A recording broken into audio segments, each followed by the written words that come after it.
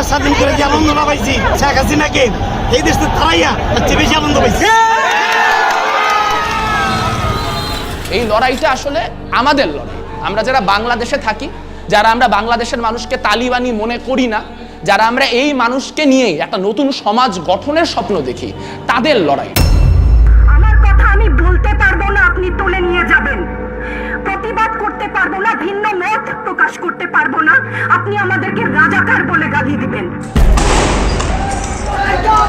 বাংলাদেশে থেকে বাংলাদেশে আপনি হাজারের বেশি লোককে হত্যা করবেন ছলে বলে কৌশলে, এবং তারপরে আপনি মনে করবেন আপনি ক্ষমতা থাকবেন। হাসিনার শাসনের অবসানের সঙ্গে এদেশে আওয়ামী লীগের যে ভূমিকাটা ছিল এটা শেষ হয়ে গেছে। বাংলাদেশের মানুষ আসলে চিন্তাই কখনো করেনি যে শেখ হাসিনার পতন ঘটানো সম্ভব এরকম আন্দোলনের মধ্য দিয়ে। এই অসম্ভবকে সম্ভব করেছে বাংলাদেশের ছাত্র জনতা।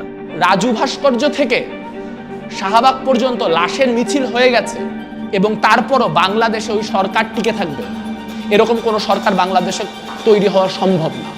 এটা আসলে লাগাতার গত 10-15 বছর যে অসন্তোষ ছিল, সেই অসন্তোষ নানাভাবে প্রকাশিত হয়েছে। মানুষ গণভবনে ঢুকেছে, এটা হলো তাদের 15 বছরের দম বন্ধ অবস্থা থেকে মুক্তির একটা উৎসব। স্বাধীনতার 53 বছর পেরিয়ে মনে হচ্ছে নতুন করে আবার স্বাধীনতা উপভোগ করছি।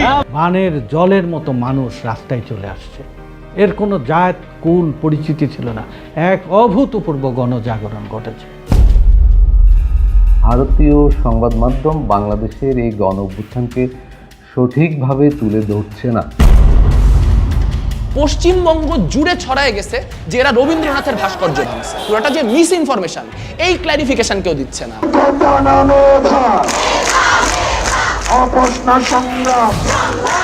পার্টিসিপেশনের জায়গা থেকে যদি বলি, এটা ছিল একদম স্পন্টেনিয়াস মাস পার্টিসিপেশন। বাংলাদেশে ফ্যাসিস্ট স্টেটের বিরুদ্ধে এই গণ অভ্যুত্থানের চরিত্রটা এসেনশিয়ালি ডেমোক্রেটিক ইন নেচার। প্রশ্ন হলো বাংলাদেশ কোন দিকে যাবে?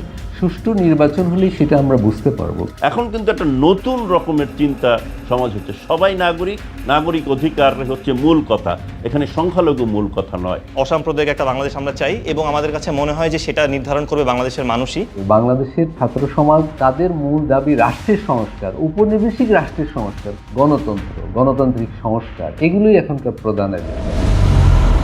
আমাদের লক্ষ্য একটাই, আমরা একটা ফ্যাসিস্ট স্টেটের বিরুদ্ধে আমরা লড়াই করছি, এবং এই স্টেটের বিরুদ্ধে যারা লড়াই করছে তারা সকলে জনগণ।